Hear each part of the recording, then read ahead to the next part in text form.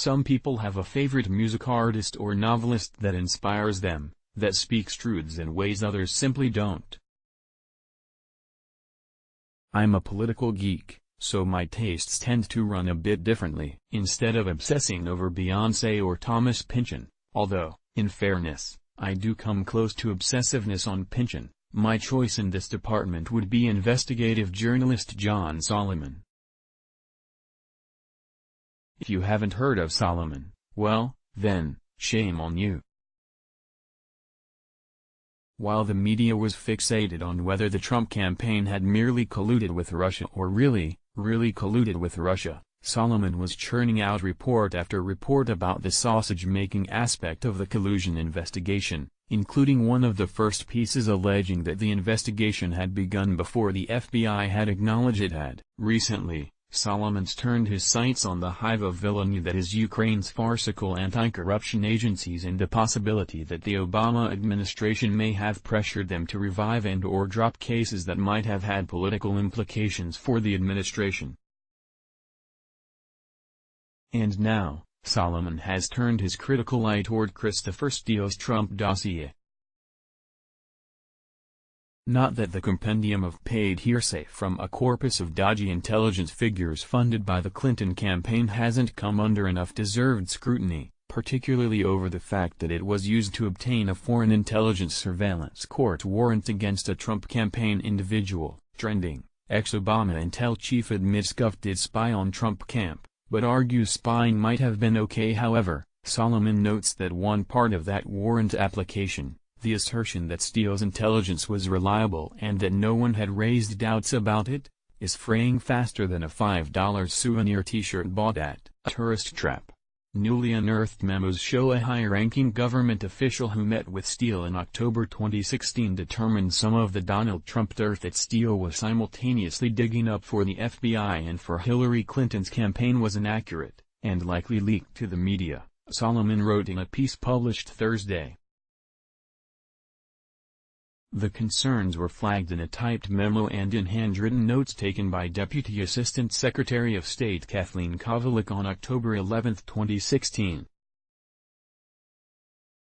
Her observations were recorded exactly 10 days before the FBI used Steele and his infamous dossier to justify securing a Foreign Intelligence Surveillance Act (FISA) warrant to spy on Trump campaign advisor Carter Page and the campaign's contacts with Russia in search of a now-debunked collusion theory.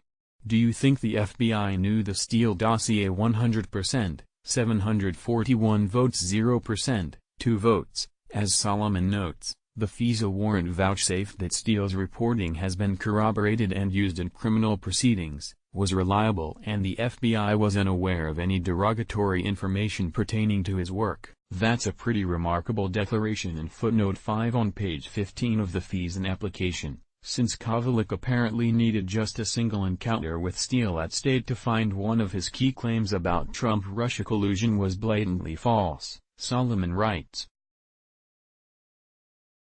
Kovalik's notes describe Steele talking about how there was a technical/human operation run out of Moscow targeting the election.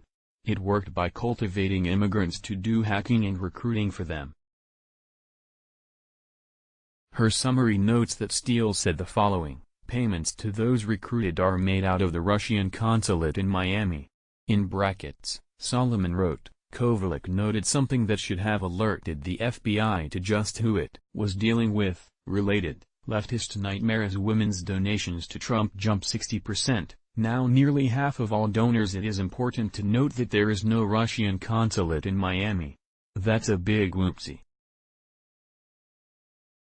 So is the fact, according to Kovalik's notes, that Steele was possibly leaking the information to the press.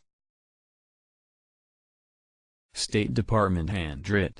By on Scribd June, reporting started, a note read, mentioning the New York Times and Washington Post as potential outlets that had the information. Those same notes suggest Steele spun some wild theories to State, including one that the Russians had a plant in DNC and had assembled an HRC dossier, apparent references to the Democratic National Committee and Clinton, Solomon wrote.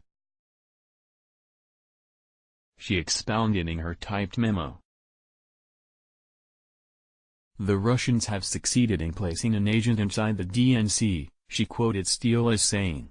Other dodgy conspiracy theories involved the Russians meeting with Page, one-time Trump campaign chairman Paul Manafort owing over $100 million to Russia and therefore being malleable, and the oft-repeated fictions that the Russians and Trump communicated through a computer system and that Trump lawyer Michael Cohen had traveled to Prague. Solomon says these could have been debunked before the FISA application. Solomon also lists other damning information we know about Steele. He was fired from the FBI for leaking. The court wasn't notified about his firing until long after Election Day. Senior Justice Department official Bruce Orr had known Steele was desperate to nail Trump, etc. Solomon acknowledged that the recipients of the Kovalik memo are classified, but wrote that it was unlikely that her concerns failed to reach the FBI.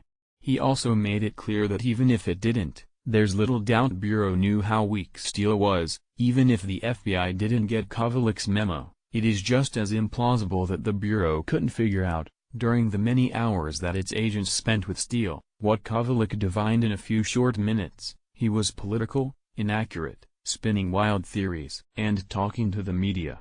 And there is one particular paragraph from Solomon that I think we all ought to meditate on, even if it's not new information. Special Counsel Robert Mueller's report, released last month, dispelled all those wild theories while hardly mentioning Steele, except for a passing reference to his dossier being unverified. That's significant, because the FISA request from October 2016 that rested heavily on Steele's information was marked verified application before the FBI submitted it to the court, he wrote. The FISA warrant, and by extension, the dossier, is what really kicked 2.5 years of investigations and wild, Oliver Stone-level conspiracy theorizing into high gear. When Mueller finally issued his report, after assumedly looking into all of the leads Steele had provided, all he could say was that the former MI5 agent's work was unverified. That's damning for Steele, but even more so for the people who used his work to get a FISA warrant even though they knew that part of the report involved alleged payments from a consulate that didn't exist. Yet again, Solomon gets it, this flimsy piece of opposition research isn't going to die. Except now, it's not going to be an investigation into whether the dossier was factual, it's going to look into the people who either thought, or pretended to think, that it was true. We are committed to truth and accuracy in all of our journalism. Read our editorial standards. Let's block ads. Why?